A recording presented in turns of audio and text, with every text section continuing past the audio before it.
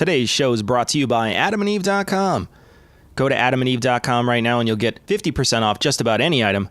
All you have to do is enter the code word GLORY, Glory, at checkout.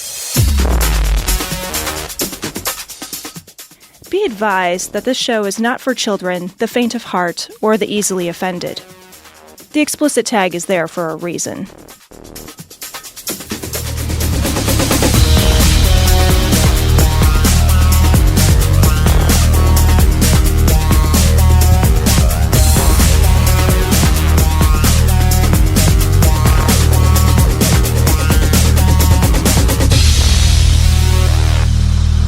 Recording live from Glory Hole Studios in Chicago, this is Cognitive Dissonance. Every episode we blast anyone who gets in our way. We bring critical thinking, skepticism, and irreverence to any topic that makes the news, makes it big, or makes us mad. It's skeptical, it's political, and there is a moat full of snakes. This is episode 490 of Cognitive Dissonance. You don't know that that's true. You know what, Cecil? I don't know what's true anymore. I'm not. You know That's why? the rub, isn't it? Because I live in a post-truth world. There can be alternative snakes. That's You the know? rub. Alternative snakes. It's snake news. I don't even know where to stop. Snake news. Oh, no. Snake news. Oh, Jesus. Well, you're not supposed to step on them, that's for sure. God damn it. You know, it'd be amazing if we had just, like, we surrounded the country with a don't step on me snake. Just all over. Like one big striped don't step on me. Is it like in pieces, though? So, like, the migrants just sneak in through the pieces. They just make it concrete. Oh shit! We'll get to this week in Trump later. We have been having, we think, a good balance of shoving Trump toward near the end of the show and just talking about him as briefly as we can. Right. You can't ignore it. You can't ignore it. I mean, but we could easily. We could right now spend the entire episode talking about this Ukraine thing. We could easily do it. Easily. Yeah. We could probably spend the next 3 months talking about the Ukraine thing. But it turns out it's better if we just force ourselves to get through it quickly. And then I feel better about the show after it's over because we've talked about other stuff. I do too. It's sort of like any unpleasant thing, like ripping off a Band-Aid or like jumping in the pool or like having sex with me. Like just get it over quick. Get it over fast. And just like close your eyes and think of the queen. Whatever you could do to weather this storm. All right. So let's start with this story from Right Wing Watch. Betsy DeVos slams union bullies. Also known as teachers. What is this world? Union bullies. What is this world? I'm thinking of like my third grade teacher. My third grade teacher was a woman named Mrs. Winky. I'm not even kidding. She's a bully. Here's the thing, though. I know a couple of public school teachers in Chicago, and they are straight up thugs. Oh, they are straight up thugs. Yeah. So I get like don't bring that weak shit here, DeVos. Don't come try to cross some picket line in Chicago because you'll get fucking owned, right? But you could say that shit about, but you're right. Like I grew up with Mr. Garrity. Mr. Garrity was the sweetest old man in the world. I had the same first grade teacher as my dad. Did you really? I did. I went to the same school. Wow. So I had the same first grade teacher as my dad. She's a million years old. Right. And she was so nice. Yeah. And the idea that she's a bully. She's like some sort of thug. Not happening. Not happening. So Betsy DeVos slams union bullies for opposing her plan to send federal tax dollars to private and religious schools. So this is a reference to the voucher system. Yeah, exactly. Right. And so we've talked about the voucher system before. So here's how public schools work in America if you happen to be one of our overseas listeners, right? Typically, you pay a bunch of money in property taxes. A portion of that money then is a school tax. It goes to fund the local public school. And then all the kids that live within a district and again, not every area works exactly like this, but all the kids within a certain district then have access to the resources, the educational resources of that district as funded by the taxes from that school. There's always a shortfall, and for some fucking reason, your kids have to sell fucking world's finest chocolate or wrapping paper or fucking whatever nonsense they have to, in order for them to have like a pencil or a computer or I've never figured that out. Yeah. And then you also have to pay registration fees for your kids, which are hundreds of dollars. But nonetheless, the other thing too is it's supposed to be funded by taxes. As a kid, I remember if I wanted to be on I remember the cheerleaders used to always sell chocolate too, because it would defer the costs or defray. I don't know the difference between the two words, but it would and somehow mitigate those charges that they would have to pay, some immense amount of money for all the stuff that they have to have. Yeah. Well, pom-poms are not inexpensive. Pom-poms and Plan B, that shit is not cheap. Pleated skirts. Bloomers. There's a shot at the cheerleaders. Out of nowhere. Were you snubbed, Tom? What's going on, buddy? Grapes, cheerleaders. I don't give a shit about cheerleading. Well, you know what this is, and this is what we've talked about 100 times, is a way to channel federal money into religious schools, into private institutions. Yeah. If you have a private institution that is trying to do something that the public sector already provides, you either need to do one of two things. You need to offer a unique offering, something that the public does not have. Religious schools happen to have that, right? It's a unique offering.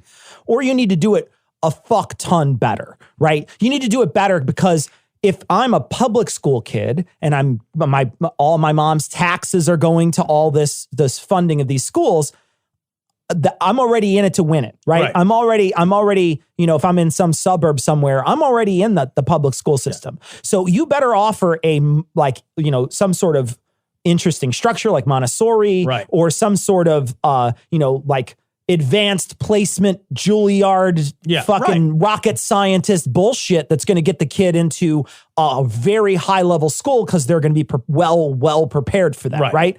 So you either got to do it real fucking good or you got to have a unique offering. Mm-hmm. Those are the ways that your school can stay in business, right? Unique offering happens to be religion. Well, religion, as we know, is starting to go down and down and down. That's one of those things that's just like, as time goes on, religion is starting to phase itself out. There's less religious people now than there were 20 years ago. That's just a true thing, and it's going to continue down that path. Yeah. So the only way that they're going to keep these fucking schools afloat is by funneling public fucking money into these goddamn schools and making it so that the public money that would normally go to teach all your kids in your area is now going to be able to be funding these Catholic, Christian, Baptist, evangelical, fucking madrasas, whatever. Right. Although madrasas probably not, but probably less. Probably madrasas. Not. Probably not. Maybe a Dearborn. Who knows? Yeah. But seriously, here, and so that's what's happening. You could do it by just having a better school. Yeah, well, and people will pay to go there. Right. Yeah.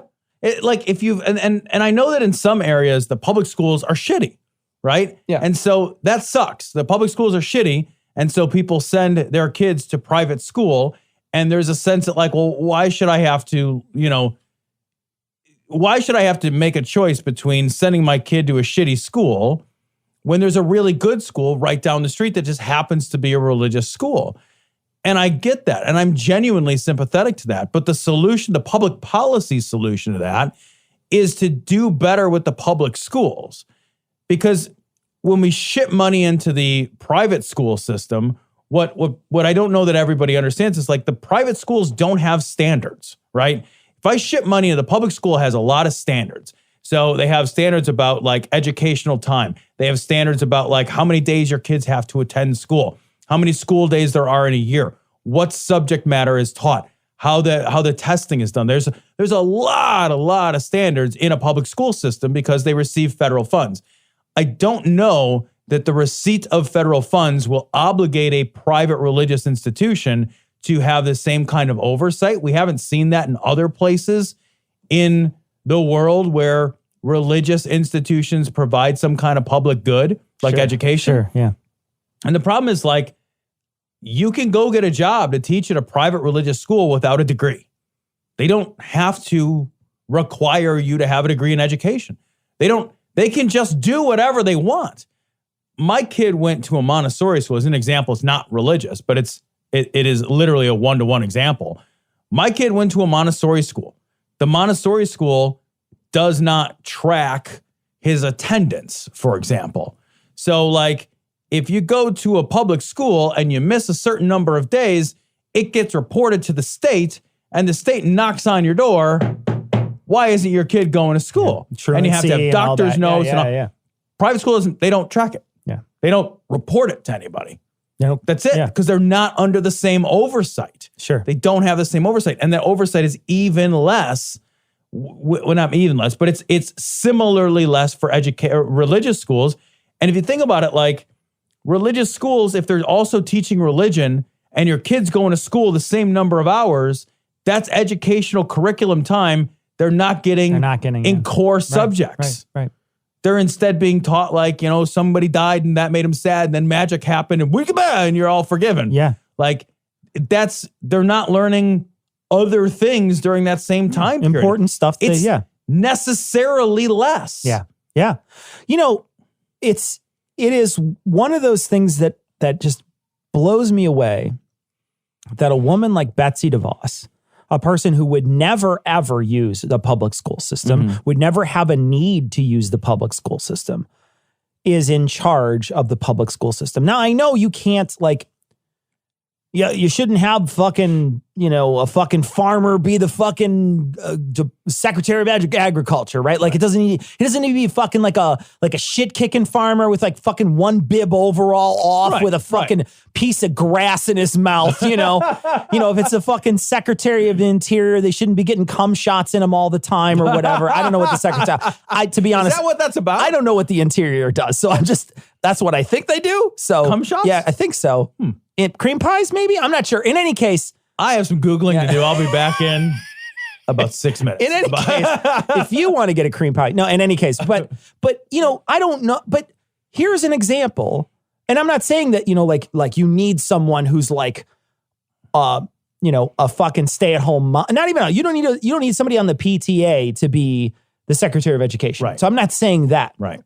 But I am saying, like, we live in a country now where we're appointing people that are in charge of really important shit that have no business being in charge of that stuff and have no relation to it. No qualifications. Ben Carson, Betsy DeVos, Rick Perry. Those are three right now that I can name. And I would cut all three of those, just like Rick Perry forgot to do in his... He's in charge of the department he forgot that he was going to cut. He's got a degree in animal husbandry. Yeah. And he's in charge of energy. Yeah. Like Ben Carson was a brain surgeon and he's fucking in charge of housing and urban development. Yeah. What? Why? Because urban and black go together? It must be. What the fuck is that? And then Betsy DeVos is a lady who literally has no experience whatsoever. She was grilled on Capitol Hill constantly about it. She has no experience whatsoever. None. And she's in charge of this stuff. And she's doing what everybody else is doing, which is just making sure their friends can line their pockets. This entire administration, and I'm not saying that old administrations didn't do this too, right? I don't know enough about all the previous administrations. I do know that a previous Secretary of Energy had a PhD in fucking nuclear physics and was like a Nobel Prize laureate or something. That is a little different than how cows fuck. It's a little different than I put on glasses, I'm smarter now. Yeah, it's a little different than that. At this point, it's so far removed from the people who actually know what's going on. I mean, these people that we're appointing, that he's appointing, these are not the best people that he has promised us over and over and over again. This is an oligarchy of, shitty, awful people that are just trying to line the pockets of all their friends. Yeah, and let's be clear, this is a way for the government to pay for religious indoctrination for your kids. And it's not that way all the time. So I want to be clear, it's not that way all the time. I'm sure there are plenty of religious schools that are only sort of marginally religious, right? Yeah. But think about those insulated communities in New York, right? Where the Jewish communities in New York, right? That is 100% going to be publicly funded religious indoctrination without the kind of federal oversight that is required of the rest of the school system. That's a problem. Yeah. That breaks down the separation of church and state and is problematic, and it's a disservice to those kids. Yeah. If you support the Catholic Church, isn't that like the same thing as being an R. Kelly fan? I don't really see the difference. Only like one's music is significantly better. This is disgusting. This is from USA Today. The Catholic Church and Boy Scouts are lobbying against child abuse statutes. This is their playbook. So, this issue has come up a number of times. So there is a movement to extend the statute of limitations around child abuse allegations. They want to stop it from being the 5-second rule. Yeah. It's just okay, if I drop the semen in the altar boy, it's only good for 5 seconds. 5 seconds and then I'm scot-free or whatever. Seriously though, it was, I want to say 25 years or something like that. It was a lowish number. It was not, and lots of these people that are abused, you don't hear about it until they're in their 50s, when they can finally contend with it and things like that. So, and I think too that for a lot of people that have been through something like this, they're, especially when it comes to speaking their experience as it relates to a powerful institution that's part of their community, there has to be enough of a groundswell that they can kind of join, enough of a movement to where they are not the outlier that will be singled out and personally fucking destroyed. Sure. So until that swells enough in your area, kind of like the priest's pants, it's not something that's reasonable to ask somebody to say, hey, you know what? You should have stood alone against the entire Catholic Church, your community, the Catholic Church's influence upon the leaders within your community. That's too much to ask somebody. Yeah. That's not a reasonable request. Mm-hmm. And then you also have to consider too, they probably didn't start with the law.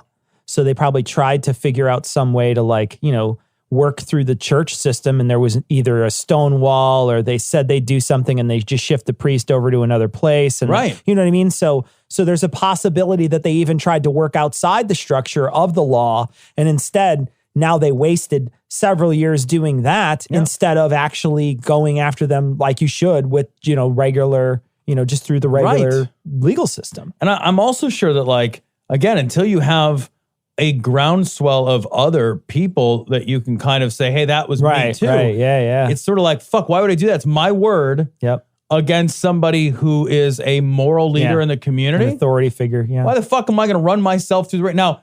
No one's going to believe me. But they'll believe me when there's 30 of me or 40 of me or 60 of me. Yeah, that there has to be that groundswell. It's not going to work. But they've been trying to stop this, because people in different jurisdictions have been saying we need to extend this statute of limitations past, make it longer so that there's not this no way to come back at the church in the future. And both the Boy Scouts and the Catholic Church are both doing the same thing, which is trying to stop these laws from coming into play. Yeah, it's like if somebody said Tom, we want there to be no statute of limitations on child sex abuse that against you. Yeah, I'd be like, yeah, okay. Yeah, because it's not something I do. Yeah. That's never going to be. Do you know what I mean? You're only well, I want to get out of jail free. Yeah. If you didn't, it doesn't count if it happened. Yeah. Now. Yeah. Literally stop coming the fuck on. Yeah. Really. That's the problem. Yeah. You have a problem and you're saying we are an organization, we are an institution of rapists. There's no getting around that. Yeah. If you were not an institution of rapists trying to protect the institution at the expense of those you raped, then you would be for this. You'd be like, yeah, you know what? I want to find out every bad apple in my organization. I want to find them. I want to punish them. I want justice to be served. Every bad apple in my organization. And I want an opportunity to make amends. As a moral institution, the Boy Scouts and the church, as a moral institution, I feel it's incumbent upon me to find out who these people are and to make amends to them for the ways that my organization and my institution have damaged them. I don't want there to be a statute of limitations because I have a responsibility to do right. Fighting it is what's more important? It's not the raped kids. Yeah, no, it's definitely not It's the raped this kids. fucking swingy incense burner in my big fancy building. Yeah. That's more important than the asshole of an 8-year-old. Well, I'll tell you this. They've sort of in my opinion, you paint yourself in a corner in this case because you're basically, like you say, you're saying, look, I think that it's important that we let these statutes run out. I understand that, they want to make sure that they save money because that's what this is all about. Yeah, it's for about sure. money. It's about money. I don't even think it's about the people that did the thing or protecting or some sort of brotherhood as much as it is about the money. Now, don't get me wrong. I don't think that those things are that's not a non-zero. Right. But I don't think that that's the main factor. I think the main factor is the cash. I want to read part of this article. It says in 1 year alone, from July 2017 to June 30th, 2018, so a fiscal year worth of time, the Catholic Church spent more than $239 million related to sexual abuse allegations, according to the June report for the United States Conference of the Catholic Bishops. More than 3/4 of that went towards settlements and other payments to survivors. So 3/4, that's in 1 year. That's $250 million. $250 million in 1 year. This isn't an isolated case. This isn't one little case. We talked about it on the show that one time when we were just scrolling through fucking sex offenders in the Catholic Church. Hundreds. It's hundreds. I couldn't stop. I was like scrolling and scrolling and scrolling for minutes. You're still scrolling. Fucking like especially on names that were like A's or B's or whatever, where they're like a common last name. You're just like, holy shit, the L's. God. We got to the Irish surnames. Yeah, we got Jesus. we got to the RLSTNE or whatever, and it's just like fucking ridiculous. So. We got to the O apostrophe names. Oh my God. Yeah, exactly. O apostrophe, my God. But it just blows me away that this is something that they keep, that you could be a person sitting in the pew and you hear your church say, yeah, we want to make sure we extend these statute of limitations. We want to make sure we extend these past. What for? If only to protect the people in your organization, to only protect what's in your coffers. There's no other reason. Yeah. It's not about the victims. It can't be about the victims. It can't be, because that's how you make amends at this point, right? Yeah. Like when we talk about like making amends to those that have been victimized, that's at this point, the best you can do is to say, we fucked up when we fucked you. Mm-hmm. And we'll try to prosecute or not, but like we are available to be sued because we hurt you, we damaged you. Here is some small measure of recompense for that damage. Right. Like the church should be like, yeah, we should go out of business if we're evil because we are a moral institution. You should be willing to go out of business. Right. Yeah. And who's drunk enough to get nailed to wood? I can see maybe one nail, but then you think he'd move. But no, we gotta revere him for his slow reaction time. All right, so this story is fucking sad. And I found this story on a site, and I was like, I don't want that to be true. And I found it on another site, and I was like, but maybe it's still not true. All right, so it's true. It's from 12news.com. Tucson man accused in son's death during attempted exorcism. So evidently this guy thought his kid had demons in him. Mm-hmm. And so now a lot of people don't know this, but it turns out the way that you get demons out is the same way that you elicit confessions from Muslims. You waterboard them. Oh, yeah. It is what he did. You could say here that the poison is worse than the disease because he killed his kid. You would imagine, like it's crazy to me that demons are basically as frail as the human body. You know what I mean? Like they're never not as frail as the human body. Right. There's never a moment where the demon's like, cool, you drowned me, but I totally survived that. I'm fine now. No. If you do enough to kill the human, you do enough to get rid of the demon, it turns out, every single time. It's like curing cancer by shooting someone in the face. Yeah, exactly. Right? The cancer stopped growing. Tell you what, it's 100% in remission right now. Right. Yeah. How's the cancer? Yeah. It's in remission by ammunition. That's how. It's funny because it rhymes. What he did is that's how puns work. He drowned. Yeah. It is funny because it rhymes. That's right. He forced drowned his son by pouring hot water down his throat. And then he held him under the water for 10 minutes. That is more minutes than you can hold your breath. Turns out that's a lot. That's a whole lot. Yeah. Yeah. Because, the thing is, like, people probably only hold their breath about a minute and a half without, like, some training on holding your breath. Yeah. But demons, a good, well-trained free-diving demon, and there's a lot of them. A lot of people, it's a very common hobby in hell. So you got to hold them under longer. Yeah. Because otherwise, they'll reanimate the corpse of your dead child. What a horror. Yeah. And here's the thing, like when you have a culture that reinforces this good and evil, there's a monster under your bed, all this fucking scared of the dark bullshit that they push, it's enough to make someone do this. Now, I don't know if this person's insane or not, right? I don't know the mental state. It's a 5-paragraph article. Yeah, it's a short blurby It's a thing. 5-paragraph. I don't know anything about this guy. But I will say, like, that's a danger when we have stories or you have churches that are basically like, they're like a Saturday evening horror movie. Right. Yeah. Every week it's a horror movie you go to where they say, oh, there's demons all around you and there's constantly evil and you've got to fight against this evil and anybody can have this demon in them. And the only way to get them out of there is to beat the ever-loving fucking shit out of them or drown them or choke them or whatever, electrocute them. How many stories have we covered where exorcisms have gone too far and people have died? An exorcism has gone too far as soon as it's begun. Right, yeah, sure. I'm just playing. Right, yeah. Yeah, like, you're like, well, that went well. I also, like, have always wondered, like, couldn't you kill the demon with kindness? It's a demon.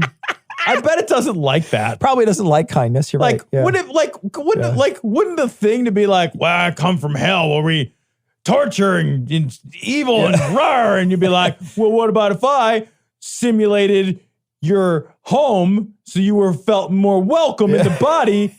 That's okay. Like, what if you're just like, you know what I'm gonna do? I'm gonna give you a hug and bake you some fucking fresh baked cookies, demon. You know what I'm gonna do, demon? Knitting club. That's what we're doing. Knitting club. We're gonna pet our cat for an hour. It's gonna be great. Right. Yeah. Like, well, we're gonna cuddle and watch Downton Abbey. Yeah. So Exactly. Demon's like, I actually like Downton Abbey quite a bit. what's going on with Mr. Bates? Do you like waffles? Yeah, we like waffles. Do you like... This story comes from Newsweek. Christian school principal sends newsletter saying Greta Thunberg has mental problems. I love this part. This is why I included this story. Accuses her of promoting Doomsday Waffle Talk.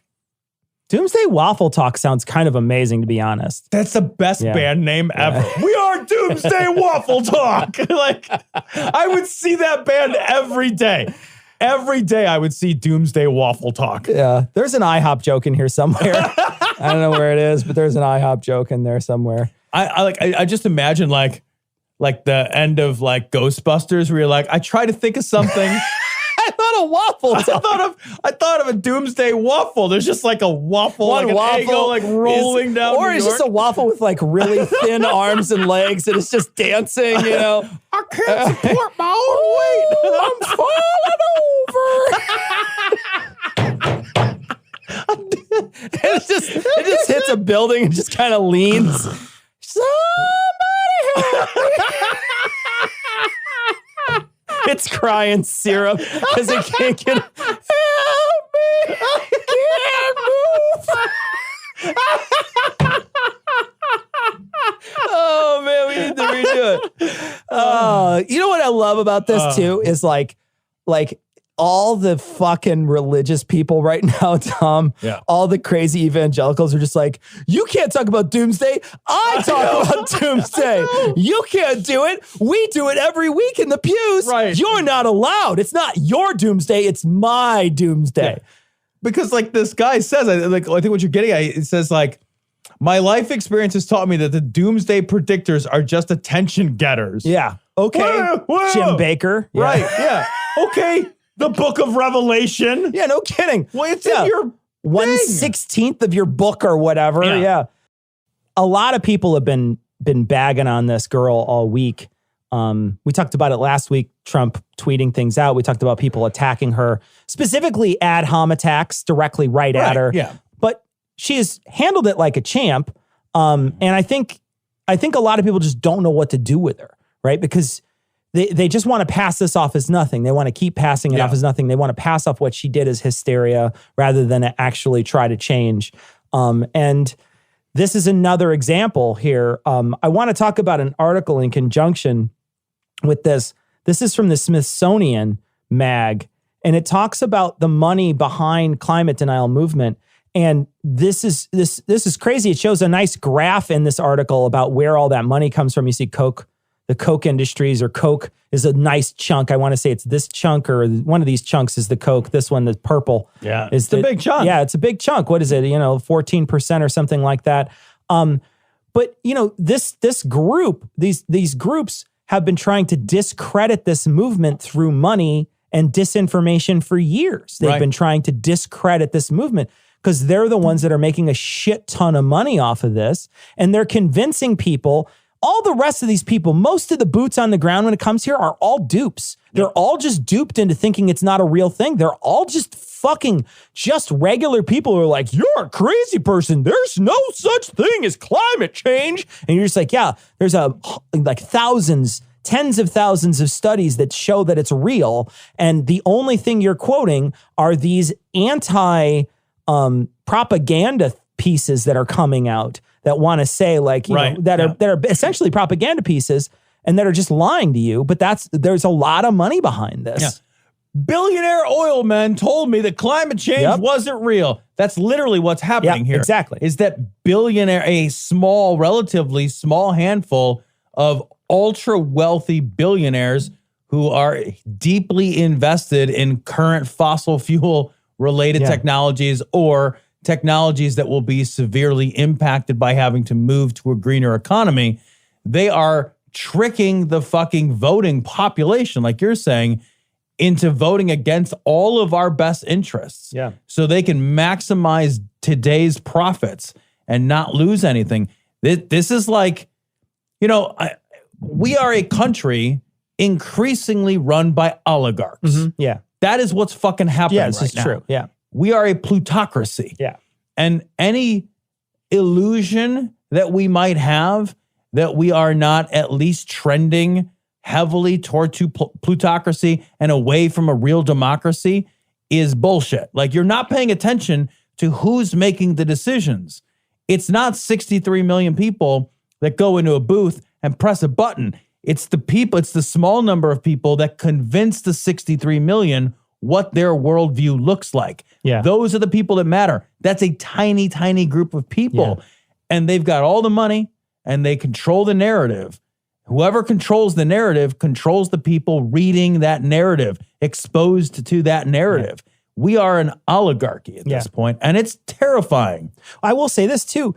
This is not like when you look at this article, this is a study, a sociology study. Look at this article. There's a study that's linked to the Smithsonian article. There's an actual study here. And this is not the only time that this has happened, right? When it comes to big money trying to convince us of something that's not true. Right? Yeah.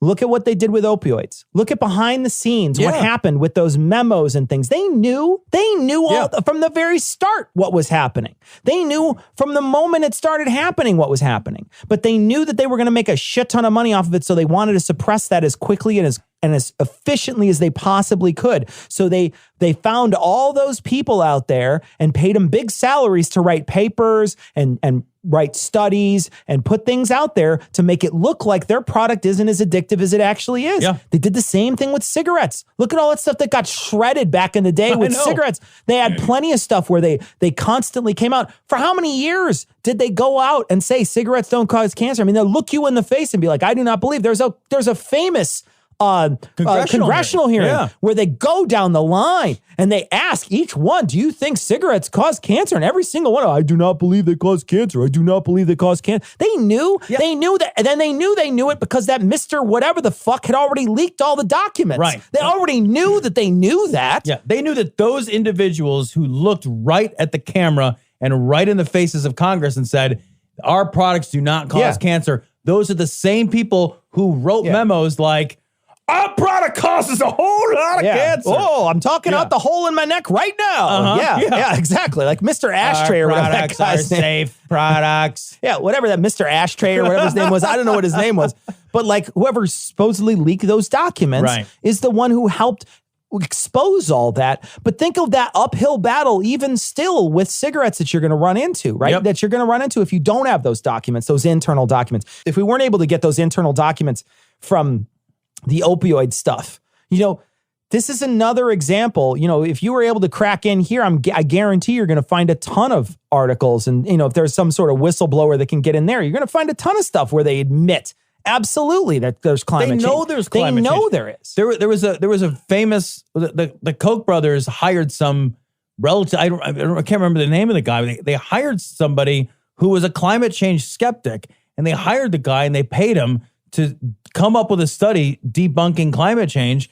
And he came and did the fucking research, and he was like, no, even though I was funded by the Koch brothers, I came away a fucking convert. Yeah. Because it's fucking definitive. Yeah. The thing is, like, if you shit enough money at it, you change the story around it. Yeah. And when you change the story around it, you get people dubious of the truth. When we're dubious of the truth, they show up and they vote dubiously. Yeah. And then we keep those people in power long enough for them to maximize the profits on the backs of the lives of the next generation. And we are fucking ourselves over in the process. Yeah. And we know it. The thing that makes me crazy is we know it's happening. Yeah. We're watching it. It's like we're nationally locking our keys in the car in slow motion. Yeah. Like, why am I doing the fuck? Yep.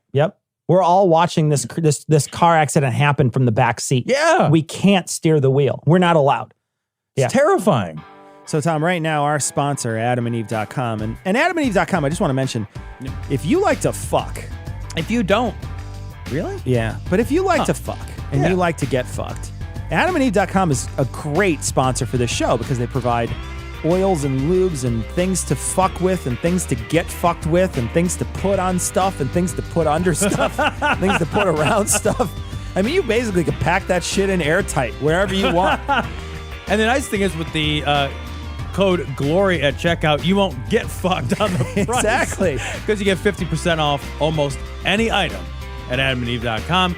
You get a ton of free gifts. You get free DVDs. There's something for you, something for her, something for both of you guys. No sex swing right now. Yeah, no sex swing. But free shipping. Free shipping. We get to swing it out to you that way instead. You get free. All you have to do is enter Glory at checkout. You'll get all that stuff. And fucking has never been so fun.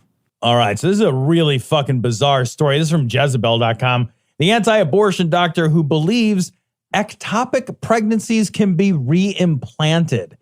So I'm sure everybody knows, but an ectopic pregnancy is a pregnancy where the egg implants and is fertilized and implants somewhere in the wrong place, typically the fallopian tubes, right? And they are... And then the baby comes out Filipino. That's how it works. Well, that's...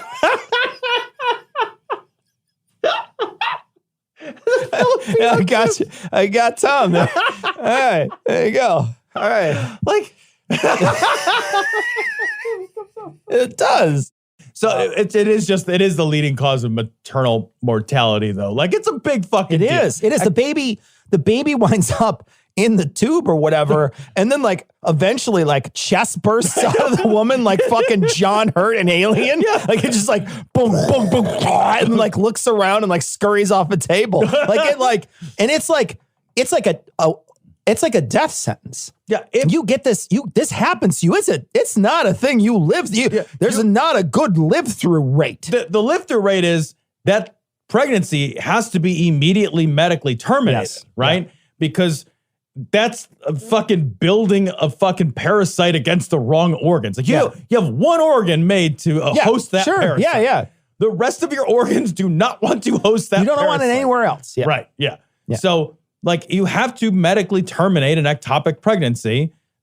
That's the highest likelihood for survival for the mother, right? This guy's like, we could just like replant it. It's like it doesn't work. Yeah. You can't do that. This anti-abortion message is so rooted in like bad science. There's so much bad science attached to an ideology rather than a reality. And this is just such a great example about how the reality of how people's fucking bodies work. Yeah. And the limitations around science clash with what they just want to be. Yeah, they really want it to happen. You know, this guy tells a story in this about an anecdote. Yeah. And the anecdote is woman goes in, has a one of these ectopic pregnancies. She realizes, you know, gosh, I've got to terminate this. So she starts taking some sort of something to get rid of it. It's a pill form of a way to abort. And she's taking this thing, and then they find that the cell either moved down to the uterine area where it would normally stay, or there was a twin. They weren't sure, but it was found in the uterine wall where it should have, I guess, sort of implanted. And she was devastated by it, because if they'd have just waited, it would have been fine, because it would have done her, you know, like this. But or it would have had a twin, and they should have checked better, and they, you know, like gosh, she wound up aborting something that probably would have lived, and she was crushed by it. Right. But the fact is that just because something happened one time doesn't mean you should be, and especially something like this where you are genuinely in mortal danger. Yeah. You shouldn't be banking on the fact that the anomaly is going to happen to you. The same thing goes for cancer. Cancer's, you know, people get misdiagnosed with cancer. They don't actually have cancer. People get spontaneous remissions from cancer, right? Those things happen, but you can't bank on that. You know, the moment they say, bruh, you got the cancers, you got to fix as best you can what's happening, whether that's surgery or whether it's chemotherapy or radiotherapy or any of those things. Or buying a black turtleneck and eating a lot of vegetables. You could do that too. Right? If you're really rich, you could do that, I guess. Does it work? Nope. Turns out. Well, I mean, you'll live for a little while. But, you know, you got to do something about that. Don't bank on the fact that it's one of those things, one of those anomalies, one of those anecdotes that someone's going to tell you. Stop just using anecdotes as a way to say that's how the world works because I saw it work that one time. Yeah. It's a terrible, and this is also a weird, really testable claim. Yeah, right? I know. It's also one of those really, like, where you're just like, couldn't you have just picked like a pregnancy that like only 1% of the time kills the person rather than, you know, I don't think there is one, but I'm just saying, like, couldn't you pick one with a lower percentage than, holy shit, you're almost going to die nearly every time? Right, rather than klaxons. Yeah, and sirens. exactly. Yeah, like instead of like, some fucking crazy like 10 a.m. on a Tuesday fucking wailing siren. Instead it's, you know, you could probably live through that. And even if I fake it, it'll be okay. Right. Yeah. Right. You know, these are like, there's a host of anti-abortion medical activists who also, not a host, but there are some who also claim that an abortion can be reversed. Have you seen this? Abortion can be reversed? There are people out there claiming, I'm not even kidding, that like you can take the medication that causes an abortion, that causes the miscarriage of the abortion, right? And they're saying like, oh, but if you take this other medication in 38 hours or something, it'll counteract it. It's like the antidote. Yeah, like the antidote to and there's no evidence at all. There's zero evidence that works at all, ever.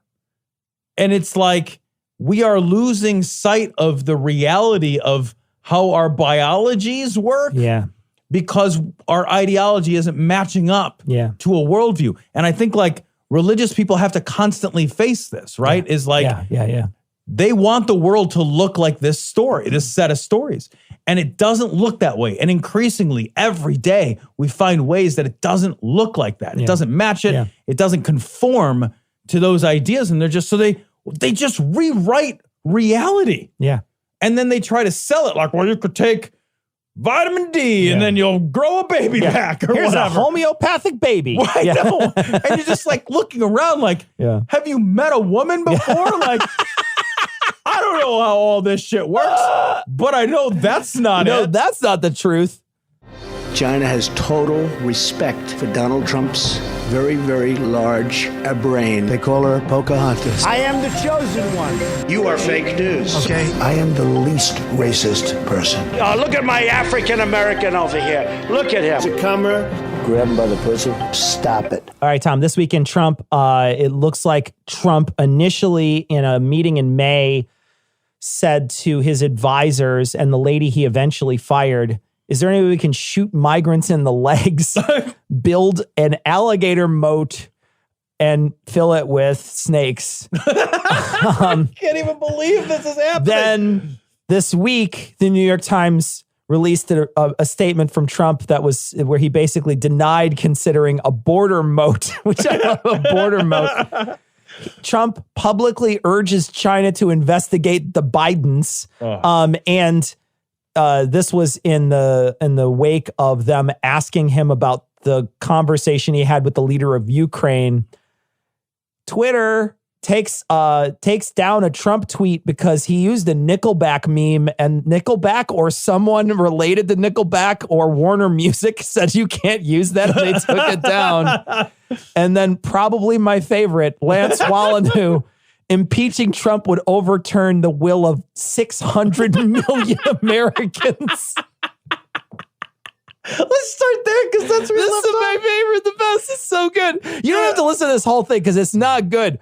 But he does say out loud, he says, it was an interpretation of the transcript, a precedent-setting interpretation from an intelligence committee member in order to set up the president for impeachment to overturn the will of 600 million Americans.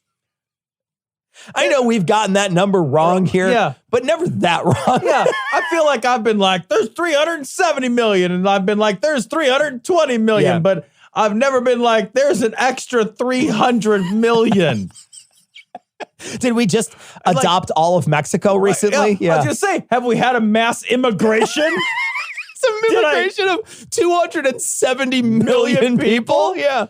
Well, I love that, like 270 million Republicans all immigrated here. I know. And that would assume that 600 million Americans want Trump to succeed. But like assuming it's about 50-50, even though it's not 50-50. It's 1.2 billion. Like, is it like, we're just like, he fucked it up by an order of magnitude is what he did. He did, right. He fucked it because what he meant to say is 60 and he said 600, but it's too delicious to let go. You can't let it go. We'll overturn the will of 600 million Americans. 600 million Americans. Amazing. All right, so what's the Nickelback meme? So the Nickelback meme is from a video, and the video is called Photograph, and the video begins with one of the guys from Nickelback holding up a photograph, and in the photograph, someone has After Effects an image of Biden. Okay. And Trump had put on his Twitter, look at this photograph, and it's basically a short video that shows all of Biden just doing bad shit, furthering his financial station in life through politics is what he's accusing Biden of doing. Right? Pot, kettle, kettle, pot. The craziest thing about this entire thing, first off, there's no real proof. There's been major news outlets who have looked into this, and there's no proof whatsoever that any of this actually happened. No, it's all conspiracy theory gibberish. But all he keeps doing is saying this is an abuse of power. It's an abuse of power because he's trying to fill his pockets and his son's pockets by manipulating the system. And I'm just like, have you met you? I know. Like they're talking about currently, Tom, did you see this week when they're like, yeah, there's entire blocks of your hotel are sitting empty, but they're still rented out by other people in other countries. By like foreign countries trying to curry favor with the president are lining his actual personal pockets by renting hotel rooms they never intend to stay at. And he's like, well, what if somebody did something dubious? And don't get me wrong, I'm not trying to do whataboutism here because to be honest, I don't think that those two things aren't connected, right? They're not connected. Whether or not Biden didn't doesn't mean that whether or not Trump did it. So I don't want to give the illusion that I'm saying that. But I am saying, like, you're a giant fucking hypocrite because it's been proven over and over and over again that you've been lining your pockets and you've fucking essentially fucking ejaculated on the emoluments clause. You're just like, fucking whatever. Emoluments clause, I'll get it in your beard, Santa. Fuck you. He doesn't give no fucks about any of that shit. So he's like, he cares so little about that. All he wants to do. And I mean, look, you could even say that all the shit he's been doing with Russia and Saudi Arabia is literally a play for his children and after he gets out of office. It's so transparent. You know, any idiot can see that's what he's trying to set up for the future. Is it possible that he is just that tragically unself-aware? Yeah, maybe. Like that he's just like, well, you're doing a bad thing. When I do a bad thing, it's different because I'm Trump. But when you did a bad, like, I can't even understand how. Yeah. I also I can't understand a world where the president is tweeting memes now. I know. I know. This is not a world I want to live in. That the president is tweeting memes. We should have never did that live stream because we jumped into the wrong universe that night. Yeah, we jumped into the wrong universe. And we're in a new universe now. And it's not the same universe. It's not. And it sucks. The president is tweeting memes. It sucks. I want to talk about Trump basically coming out loud and saying, I hope they do look into Biden, not just Ukraine, but also China. He's saying, I hope China looks into it too.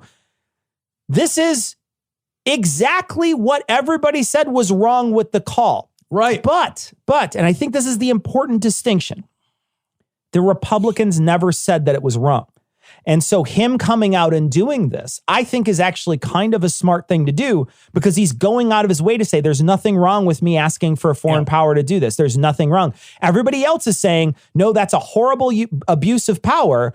But he's saying, no, that's not. And so are all the Republicans because he's not asking for anything in return because all they care about is the quid pro quo. All they care about is an exchange.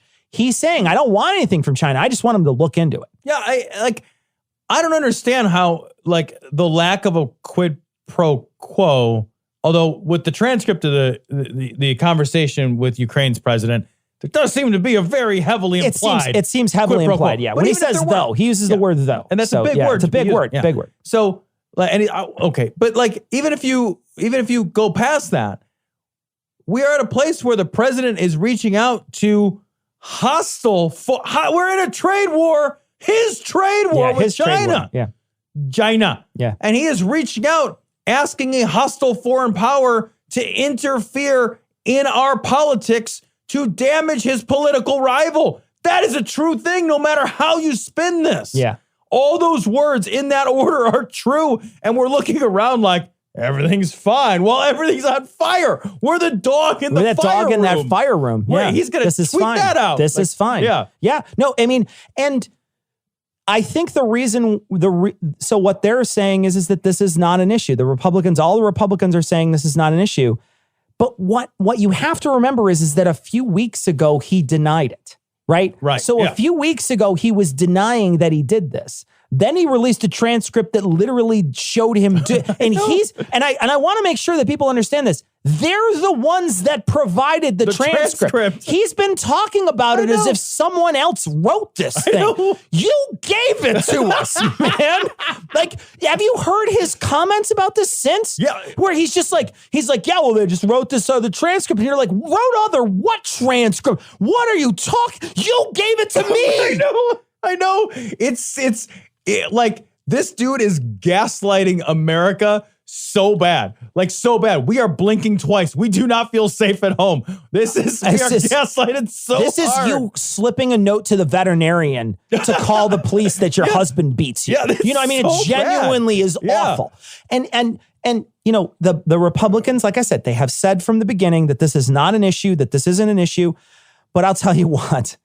Tell me that in 2014, or no, even earlier, let's go to 2011. Before the 2012 election, he was elected in 2008, Obama. Right. Tell me what they would have said if Obama would have reached out to any foreign power to ask for aid in the next election. Oh, are you kidding me? Tell me what you would have said about that. Yeah, absolutely. There's a constant, hypocrisy in this particular government that is so appalling that you just can't anymore. You're just like, I just cannot anymore. Well, I worry that like the game is changing to where this is now all acceptable. I worry about. I don't know that that's going to happen. I just worry about. We'll see.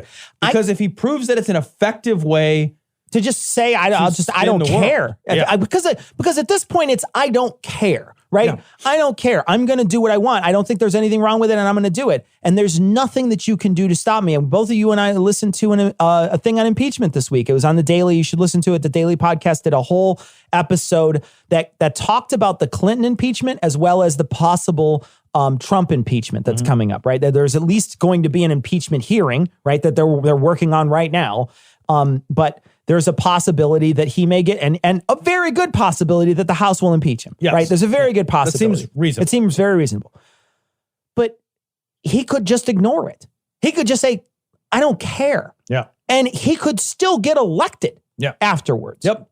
He absolutely 100% get elected. It takes a good deal of people. What is it? 2/3. 2/3 of the Senate. Of the Senate to remove him from office. That's never going to happen. Not in our current political climate, because the Senate has been tradesies, onesies, twosies for the past dozen years. Yeah, right. It's not been 66. There hasn't been 66 Democrats or 66 Republicans in the Senate. Yeah. For that many years. It's a slim margin every time. It's a slim margin every time. Yeah.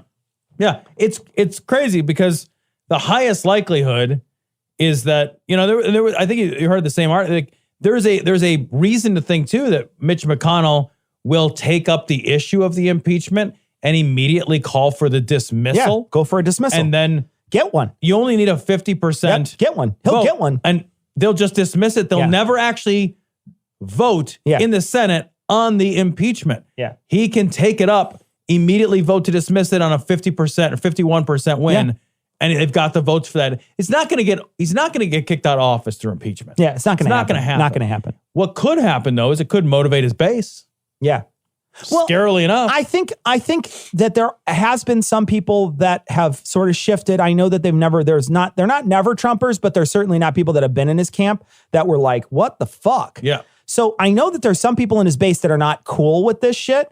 But there needs to be a lot more people in his base that need to be not cool with this shit. Or stay home. He's a giant cult of personality and they believe everything he says and he can't do wrong in their eyes. And it's absolutely terrifying. It is awful. It's terrifying. We got to talk about the snakes. But genuinely, amazingly, the shoot migrants in the legs and build an alligator moat filled with snakes is fucking...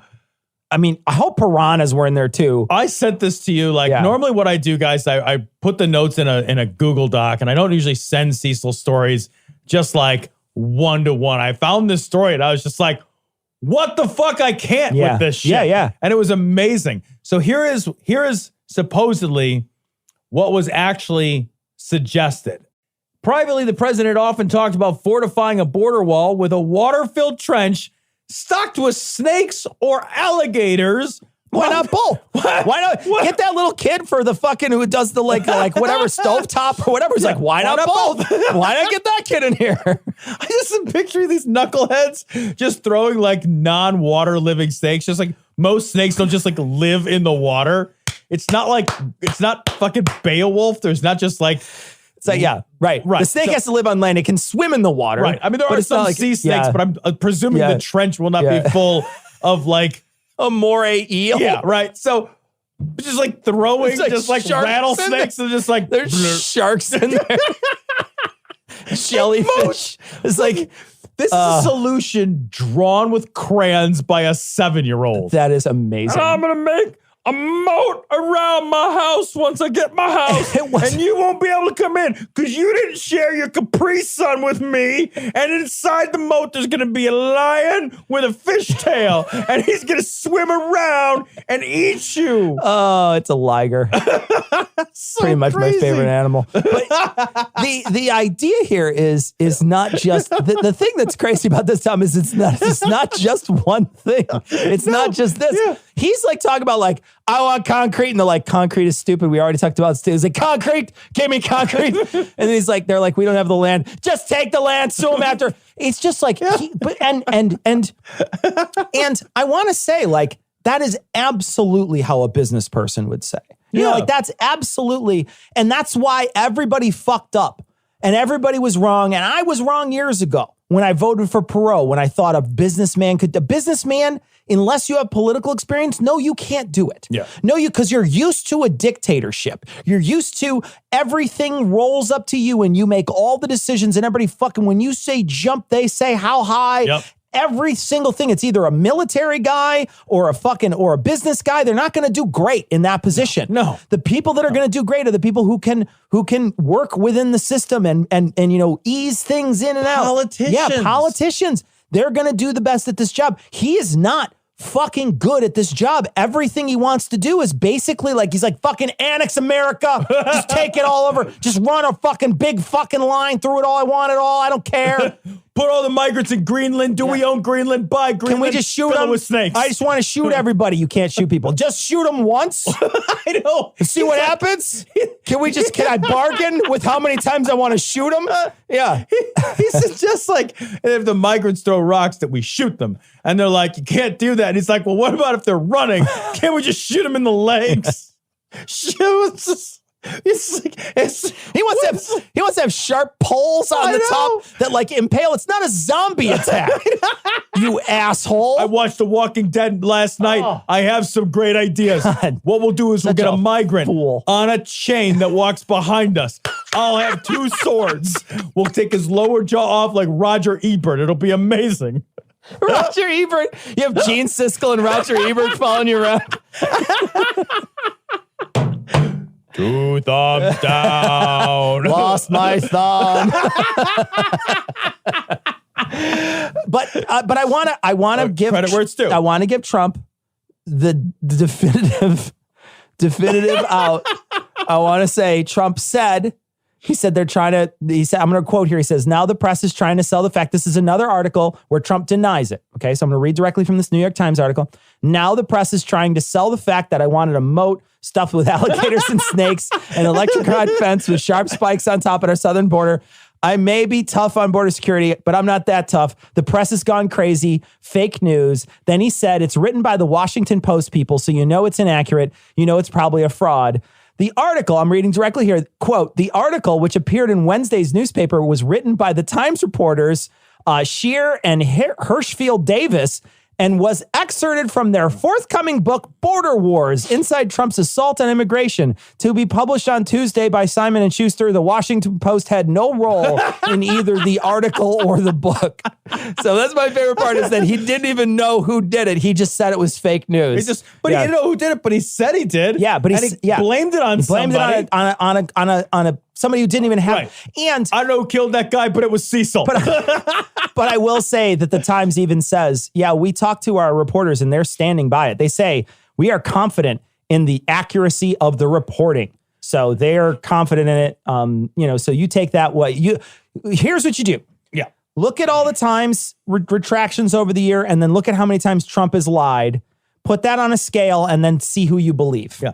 I want to also point out that we are at a place where we're trying to decide whether it's believable that the president of the United States wants a moat full of snakes. Totally believable. 100% believable. Whether that's 100% believable. It's 100%. Fuck you if you don't think that's 100% believable. That guy, abso-fucking-lutely. No way. There's a fucking no way that's not real. We're in crazy town. There is no way he was not eating a bowl of cereal in his pajamas, sitting at the fucking Resolute desk, talking to all the rest of those people saying, you would be cool. We had a moat with sharp spikes and snakes all over. And it said like fucking Metallica on the wall. Wouldn't that be fucking awesome? And the Border Patrol agents, they'll play a guitar, and every time they hit a big note, flames shoot out of the skulls of our enemies. Yeah! He turns the wall into Furiosa's semi from fucking Mad Max. Get the fuck out of here. We're living in the worst timeline. Sometimes it's the worst timeline. This may be the best part of the timeline. It's amazing.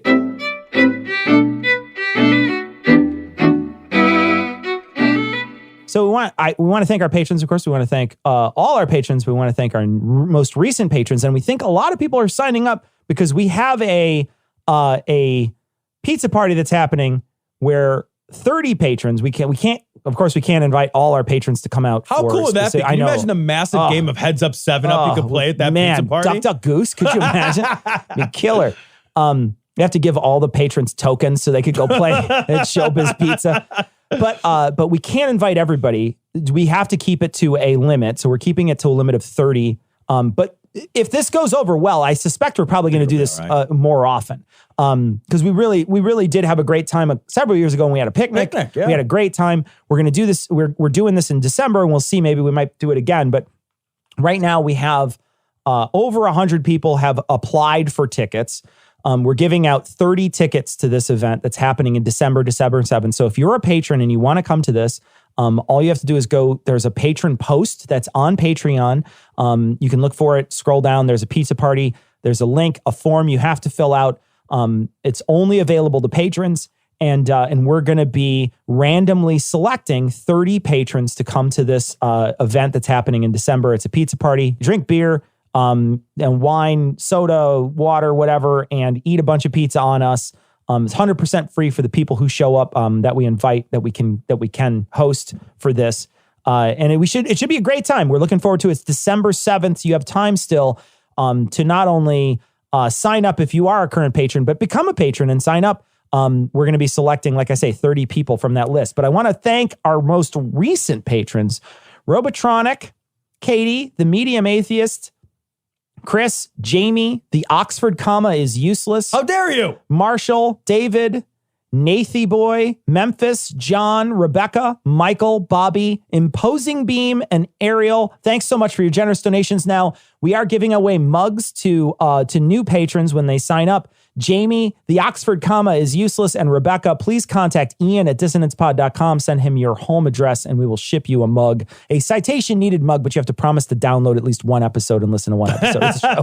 But we want to thank everybody who becomes patrons. You guys are the reason that we're even able to have a hosting party to host the patrons and enjoy so much company. of what we've been able to do over the last few years. It's just because of the patrons. You guys have literally changed our lives. Yeah. And you've helped us change a lot of other lives too. Yeah. Through our ability to be philanthropic. Yeah. Our ability to have Glory Hole Studios, to do things where we meet you guys in person. Like, if we didn't have the patrons, we couldn't have the show in the same way that it exists today. So to say that I'm grateful for that is an underestimation. Like, it's just been awesome. We wouldn't have an employee. And, and to be perfectly frank, like, our employee is one of our largest expenses. It's one of our, it could be the largest expense we have. Yeah. Is to have an employee, but to have somebody who's as skilled and as useful as Ian around, it's nearly invaluable to us, and it makes the show 200% better. Right. Ian brings so much that he makes the show so much better. And so, the reason why the show has a quality that it does is because the patrons are able to contribute. It's huge. So we thank you so much. You guys are awesome. And we're happy to host as many as we can for this upcoming event. So like we say, sign up. And we're going to be selecting those people. If it starts to slow down, we're probably going to select them sooner rather than later. But the plan currently is to keep it up for a couple weeks, at least maybe 3-4 weeks. So you'll have plenty of time, but you want to sign up as soon as you can. And just a point of clarification, because we did get some questions on this. We can't pay for you to get here. You got to make your way to Chicago. Yeah. We're paying for the pizza party.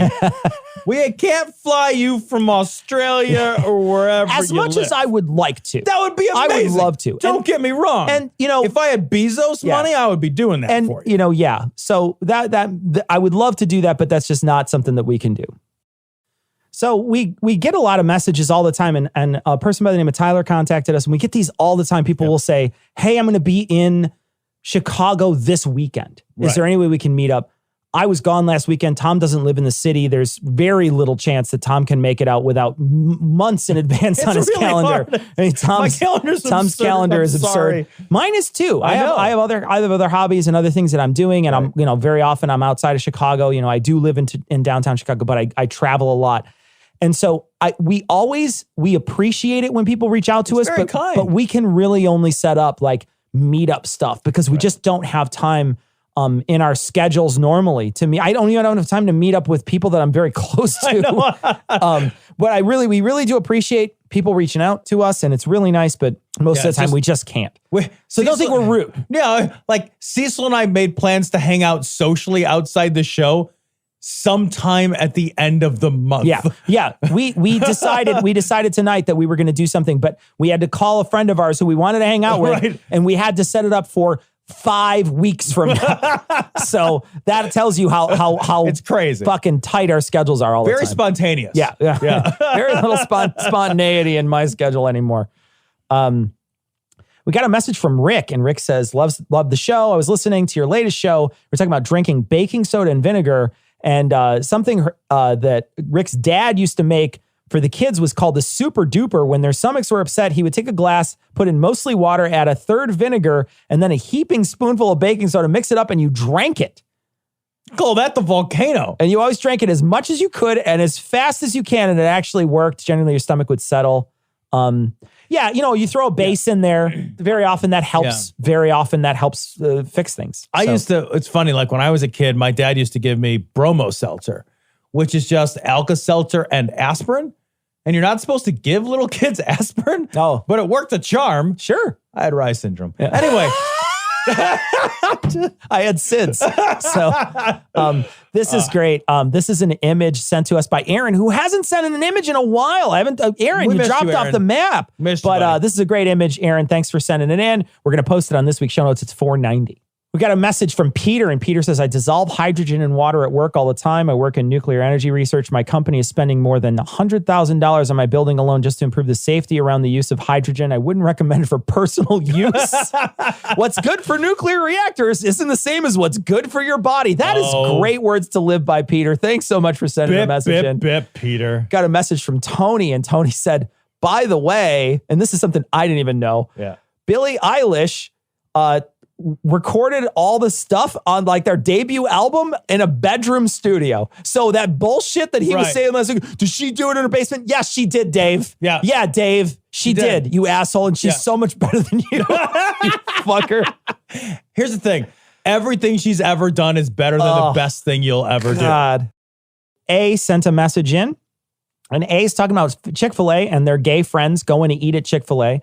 And A was like, why are you doing that? Right. And they said, well, look, basically that matter's settled. So it doesn't really matter that if I eat there or not, that money goes there. Who cares? It's not a big deal. And so again, this is another moment. We've been talking about these for the past several weeks. It's a victim of its own success. And some would say it's not even that successful because there's still plenty of discrimination out there against gay people. I think most states have I could fire you if you're gay clause. It's not a big deal. It doesn't matter. And so we have this thing in this country where we think things are settled. Yeah. And it's not settled. And, that money going to that corporation that can then give that money to something like an activism that can take your rights away is a fucking big deal still. Yeah, I would argue like shit is never settled. Yeah. Right? Shit, like a fight is always worth fighting if it's right. We got a message from Devin, and Devin wanted us to know that, like a lot of families force their kids to go to religious schools. And that's true. That is true. It's not something that we talked about, and it's absolutely true. And I know for sure many, many students get their college paid for, and I'm sure the parents have a big say in where that happens. Yeah. You know what I mean? It's not always, Daddy, I want to go to BSU, and like, they're just like, fuck you. You're going to fucking where I want you to go. Yeah. Like my dad convinced me to go to a certain school rather than another. Cause he was like, look, if you don't go to the school, like you can't basically, like, I wasn't sure I'd have somewhere to come home during the summer. Yeah. Like, it's like, if you go away to school, you're going away and enjoy that now. Yeah. Like, I don't know if he would have followed up on it, but like, so it's not even just people that are going to pay for it. It's just like, all right, well, you can do what I say. You left the house. Yeah. Or you can be denied my support. Sure, absolutely. Right? Yeah. And that's hard for kids that are seniors in high school. Absolutely. Yeah. That's a big deal. Right. Yeah. A couple people sent this in. Aaron and Rosalie both sent this in. We're going to post it on this week's show notes. It's a death metal version of Greta Thunberg. I don't know. I guess I've been pronouncing it. Somebody corrected me. It's Thunberg or Thunberg. I don't know how I'm saying. I'm saying it wrong. But in any case, it's Greta. Borealis. I'm just going to say Greta. Okay. Greta's speech, they turned it into a death metal video. They distorted her voice and they put a crazy guitar or whatever underneath her. So you can check it out in this week's show notes. We're going to post it. Thank you for sending in Aaron and Rosalie. Well, we will be next Monday. Is it next Monday? No, the following Monday. So this upcoming weekend, So this upcoming weekend, we will be in New York City Woohoo! We'll be doing Citation Needed at the People's Improv Theater. Those tickets are, I think, still available. I think there's admission. one or two couple left, general admission. So if you're interested in coming, it's this upcoming weekend. We're going to be doing 4 total shows, 4 total different episodes, 2 shows a piece. If you buy a ticket, you get to see 2 of them. You can buy 2 tickets, one to the early show and one to the late show, and see 4 totally different episodes. But those tickets are still available. You can go to citationpod.com and pick those up. But we are going to be recording a little early this week specifically. Yep. And we're also going to be releasing either this week or next, we're not sure when, an episode on The Family. Tom and I are watching The Family on Netflix. Wait a minute. I've been watching Family Guy. Oh. Did I do that wrong? I've been watching All in the Family. That's racist. So, but we're doing The Family and we're going to watch it. So if you want to watch us on Netflix, it's only 5 episodes. So it's a shortish, it's not very long. It's not like super invested. I want to say maybe a total of like 3 hours worth of time you have to invest. It's not bad. It's really not. And there's 5 episodes. We're going to be watching it. We're going to be talking about it this upcoming weekend, and we'll post it in the next 2 weeks sometime.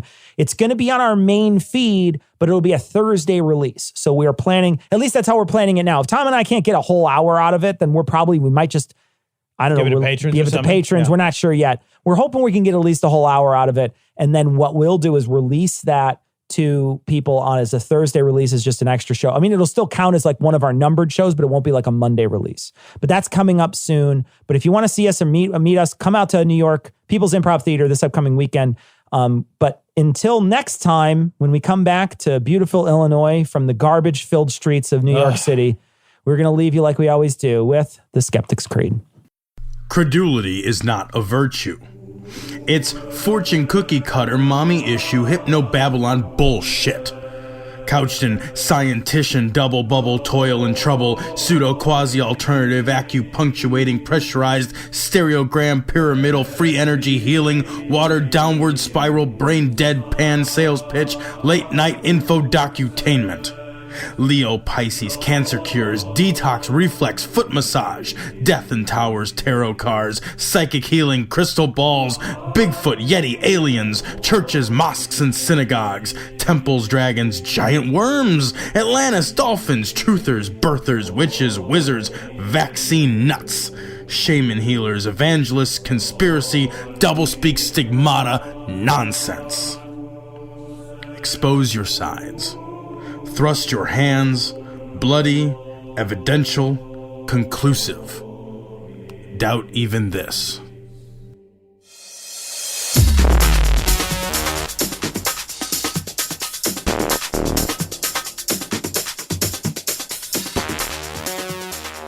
The opinions and information provided on this podcast are intended for entertainment purposes only. All opinions are solely that of Glory Hole Studios, LLC. Cognitive Dissonance makes no representations as to accuracy, completeness, currentness, suitability, or validity of any information, and will not be liable for any errors, damages, or butthurt arising from consumption. All information is provided on an as-is basis. No refunds. Produced in association with the local Dairy Council and viewers like you.